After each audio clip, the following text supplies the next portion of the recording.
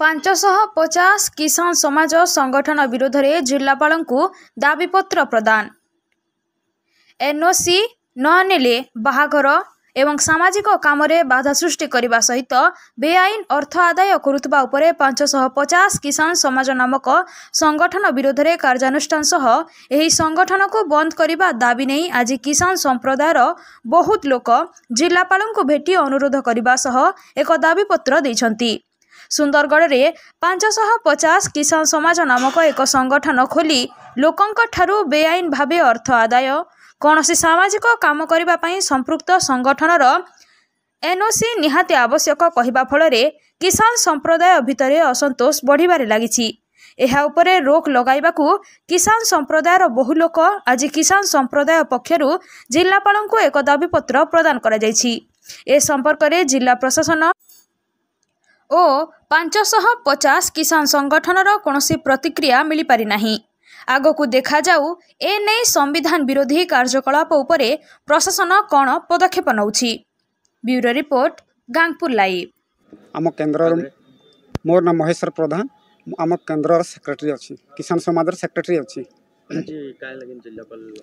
शुण यहीटा आमर आगु नथिला जे आमर केवल किसान जाति बोली थिला। ये किसान जाति रे आमे माने सब पाठशाठ पढ़लु चाकरी भी मैं करूँ। यही चाकरी नहीं कि आज पर्यंत भी आम छुआ पिला मैंने चाकरी कर किछि दिन है 2012 मसीह गोटे बही तैयार कले से मैंने से नियम रखले से तांकर बही रे जे जहार अर्थ थिबो सी बाहा ही पारबो, जहार जमी बाड़ी थिबो सी बाहा हेबो, जी कणा थिबो सी बाहा ही पारबो नहीं, जी छुटा थिबो सी बाहा हिबो पारबो नहीं, जहार एकाउंट रे पैसा थिबो सी बाहा हेबो। एमती शंकर आज्ञा से मान तांकर बही रे 2012 मसीहा बही जो छपे करछन सेइटारे लिखाई। तेणु आमे बणेवासी चिंता कलु जे आमर किसान समाज जदि जड़े गरीब पिला जदि तांकर गोटे पुओ थिबो जदि से तार कौन सी संबल नथिबो कि जमीन नथिबो कौन सी माने विवाहित हो पारबो नहीं, जदि तार इच्छा अच्छी से भी निश्चय विवाह हेबो।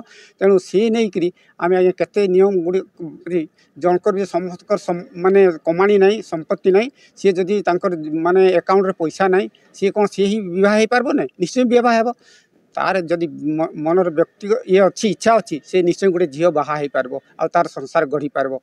ये जिनस नहीं करी आमे आज्ञा से 2012 मसीहा बहीटे को आमे नाकोच कलु।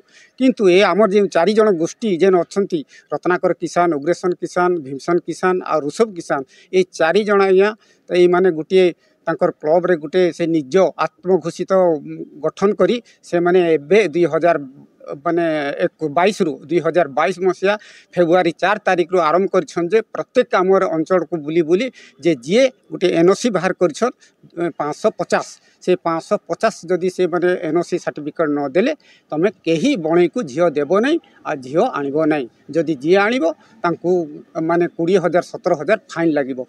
ये समस्या आज्ञा आमर बणेर सारा चहल पड़ी।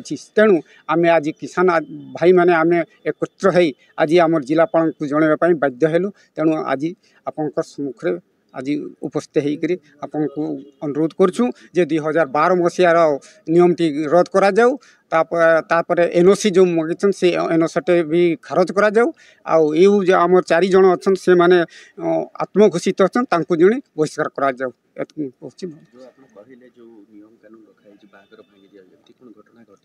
घटी सर घटी आम तापर ये रखीचु प्रूफ रखीचु से शुणु तो यहीटा गत वर्ष कथा आज्ञा 2024 मसीहा कथा आमर जड़ालय बोली गुरुंडिया ब्लॉक रो जड़ालय बोली गोटे गाँव अच्छी से मैंने बहु करथिले आज्ञा टिपिर सिंगा एटा होची आमर लाइमुरा कोचिना देवगढ़ एरिया से जेते बेले बहु कले निर्बंध सला पर जेते बेले तांको बाहागर करबा पई आउ 7 दिन थिला आज्ञा सब जुगाड़ कले बहुत खर्चांत हेई करी तांकर सब माने जिनस पत्र किना हैला। जिते बड़े से मैंने कहले जिते बड़े आमर मझे गोटे जानते आज्ञा माने बंधु बांधव ठीक ठाक है कि नहीं जोगाजोग है कि नहीं बोली से विषय गले से मैंने कहले तुम गोटे एनओसी आण 550 ना बाहागर हो पारब नहीं बोली से भाई मान को कहीदेले। से आम तो एनओसी नहीं बणे केवल गोटे प्रमाण मिले जे मैंने प्रकृति समाज में चलुंट नहीं ये जिनस देवार से मैंने नाराज हेले आम झील देबू बोलिकी से मैंने मना कले। ଆଉ ସେଇ ଜିନିଷ ଆମର ଏବେ ବି ପ୍ରୁଫ୍ ଅଛି ଆଜ୍ଞା, ସେଇଠି ରଖିଛୁ।